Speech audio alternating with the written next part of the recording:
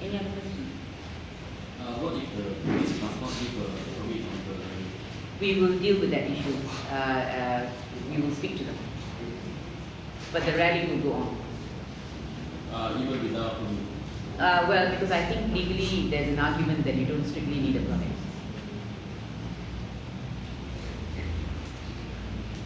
But we will deal with that. We want to work with the police. We don't want to alienate anyone.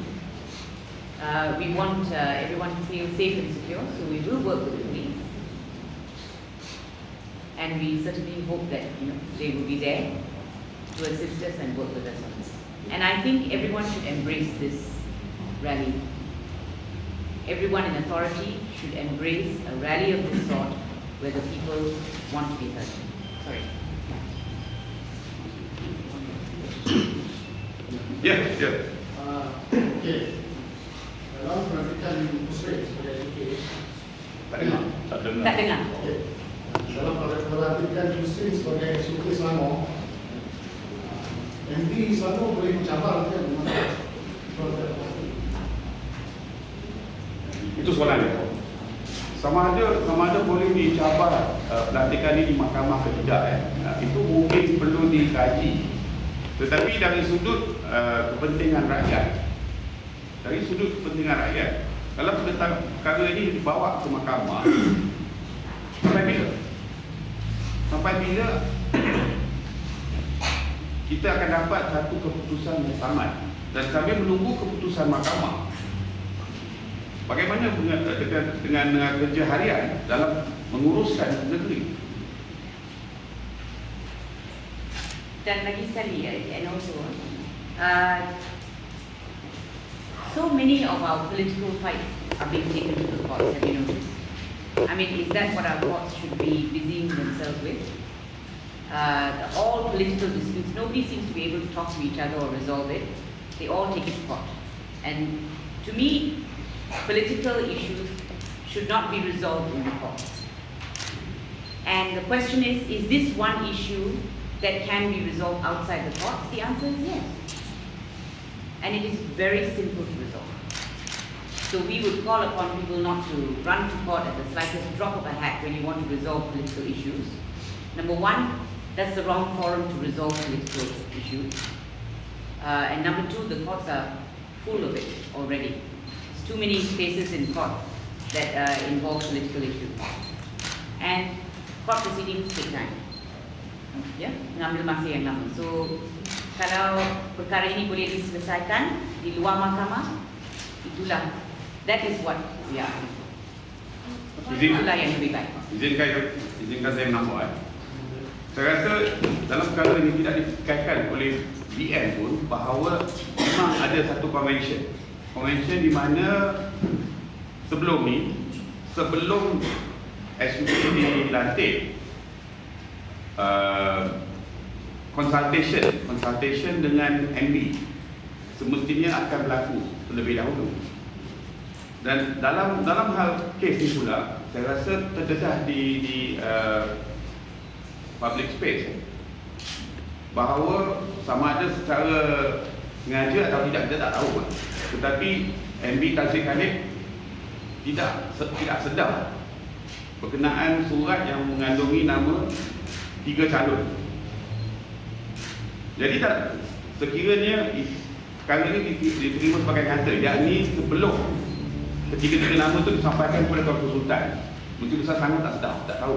Kalau ini diterima sebagai nyata, saya rasa jika semua pihak yang terlibat ikhlas untuk menyelesaikan perkara ini dengan secara teratur dan tersusun, bagi Menteri Besar peluang yang selama ini diberi kepada Menteri Besar untuk buat recommendation dia sendiri sebelum pelantikan dibuat. That's the way to resolve this. He is the Menteri Besar and he is the people's Menteri Besar. Jadi konvensi yang selama ni pakai seharusnya dikuatkuasakan. Tapi dalam hal ini, SUK sama MD yang terdahulu, SUK terdahulu sama MD, dia bekerjasama dengan apa? Takkan yang kita sedar yang tempoh perkhidmatan SUK dulu dan apa? Saya tak berani nak menuduh siapa yang tipu atau bohong, tetapi kenyataan telah dibuat MB tidak nampak surat daripada Betul, surat tu memang tak nampak.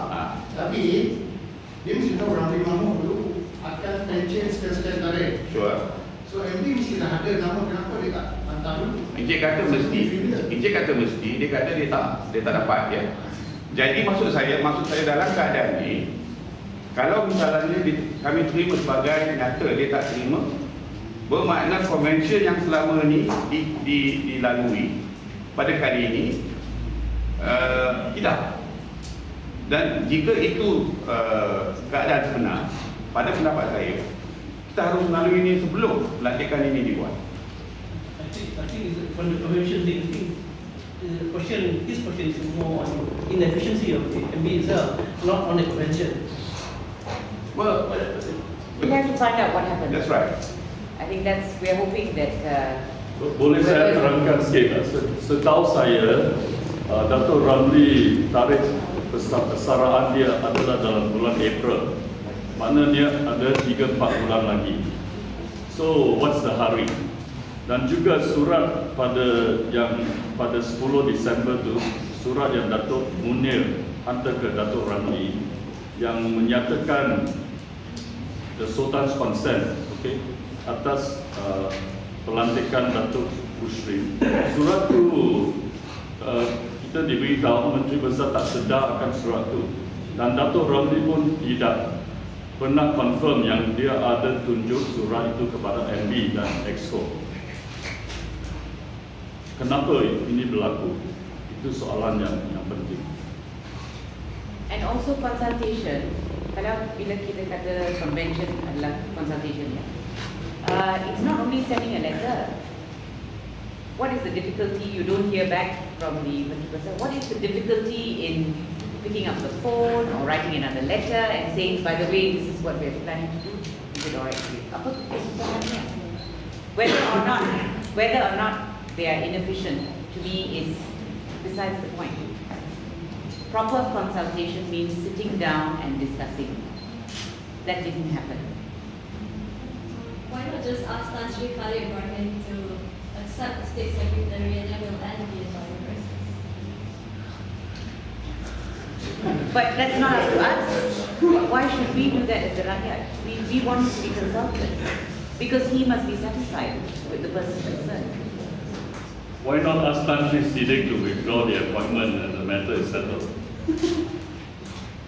And I think we cannot force one person onto another. That's not right.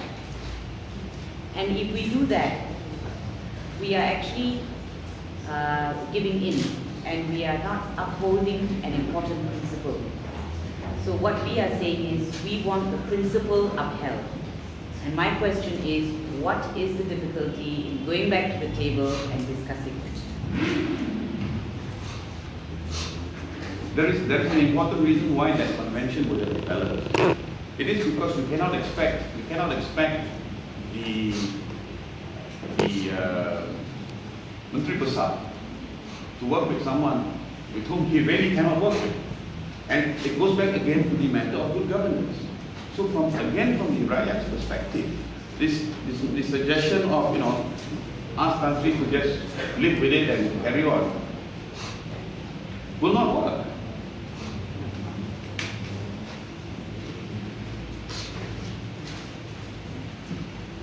Right? No other questions? Thank you very much. Thank you.